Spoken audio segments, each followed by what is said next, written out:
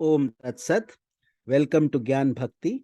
We focus on spirituality, Vedanta, and Sanatana Dharma. Please subscribe our channel for the mystical meanings of the scriptures and daily satsang.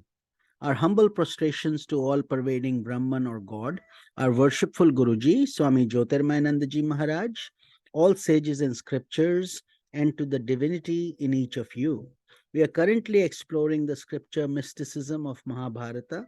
Commentaries by Sri Swami Jyotirmayananda Ji and narrated by myself, Swami Nikhilananda. So, continuing Karna Parva, having told the story about the crow and the swan that we studied yesterday, Shalya said, O Karna, you are like that crow. You have been fed by the sons of Dhritarashtra, Duryodhana, and other Kauravas, and they have infused great ego in you, making you think that you are the greatest among heroes. However, when you actually compete with Arjuna, you will discover that he is like that great swan. So why not take refuge in him and in Krishna now, rather than later when you have fallen? Of course, this parable told by Shalya made Karna terribly angry because it mocked his crow like arrogance so effectively. Understood on a deeper level, the story points out that if human intellect is attuned only to kama and artha, kama meaning social desires, artha, material values of life, and not to dharma and moksha. Dharma is the ethical principle, moksha, the spiritual values for liberation.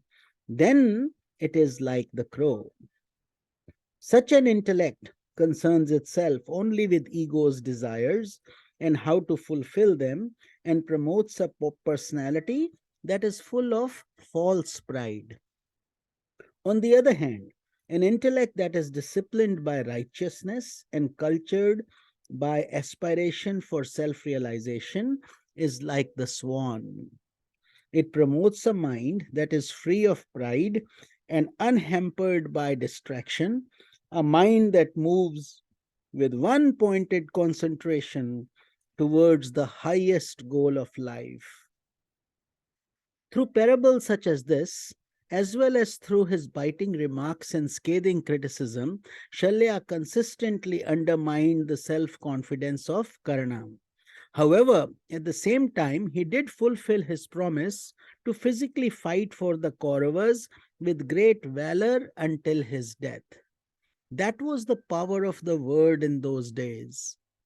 In this Kali Yuga, we may not fully understand how this could be, but indeed, whatever was spoken was adhered to.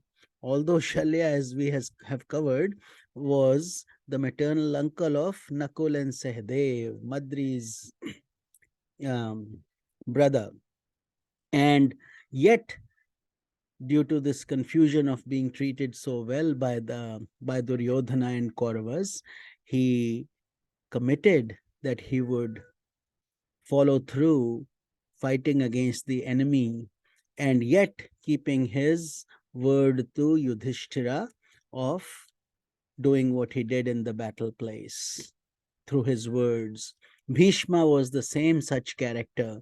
Although he was fighting on the side of the Kauravas, inwardly he was always revered. He revered Lord Krishna and the ethics of the Pandavas, and he knew that they were on the side of righteousness.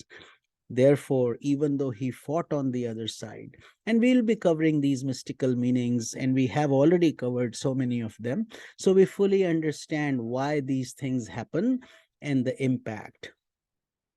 So,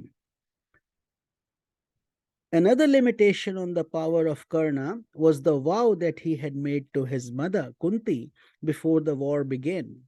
As you will recall from Udyog Parva, Kunti had come to see Karna in an attempt to avert the coming war. At that time, she revealed to him that she was his real mother and requested a boon from her son. Although Karna would not come back down from his commitment to Duryodhana in any way, he told Kunti, I promise you that you will remain the mother of 5 sons, with me or without me. By this he vowed not to kill Yudhishthir, Bhima, Nakul, or Sahadev, but to fight with Arjuna alone, with the goal of killing him or being killed himself, because they were both very great archers and extremely skilled. And Karna had this jealousy against Arjuna because of all the praise Arjuna received for his great skill and for him being royalty. So, although Karna, as the general of the army, fought with terrific skill and valor in the battles described in this chapter of the Mahabharata, that vow he made to Kunti restrained him from killing Nakul, Sahadev, Yudhishthir, and Bhima each time he was in a position to easily overcome them in battle. So, like we said, the power of the word was much more valuable than just taking action. Once a commitment was made, that was adhered to, even at the cost of great disharm. On these occasions, instead of conquering them with his weapons, he merely showered them with a barrage of insulting words.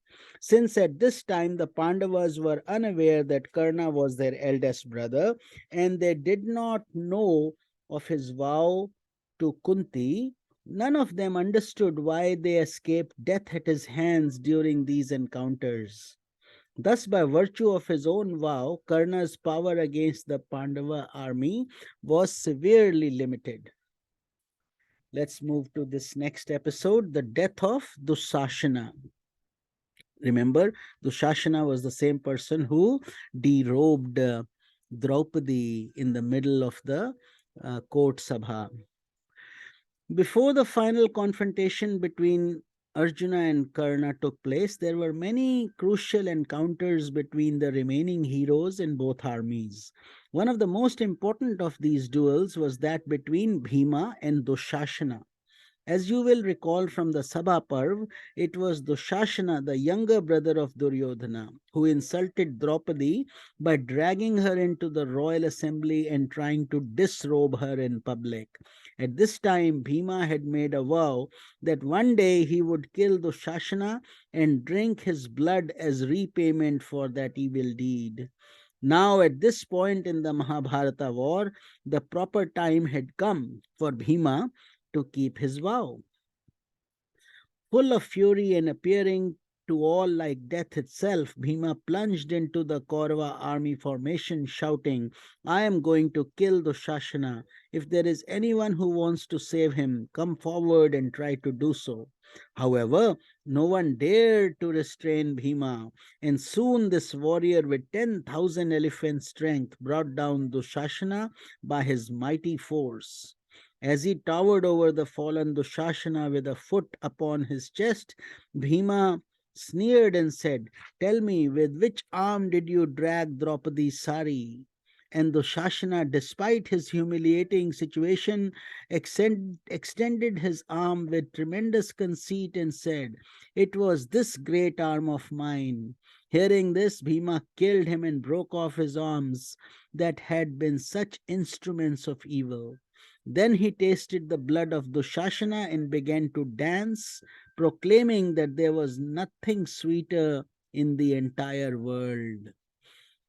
And Draupadi had also always left her hair open because she loved her hair and she loved to decorate it. But for 13 years, she didn't do that because of that humiliation she had received. She wanted to make sure that her husbands took revenge, and now that moment had arrived to kill the wicked.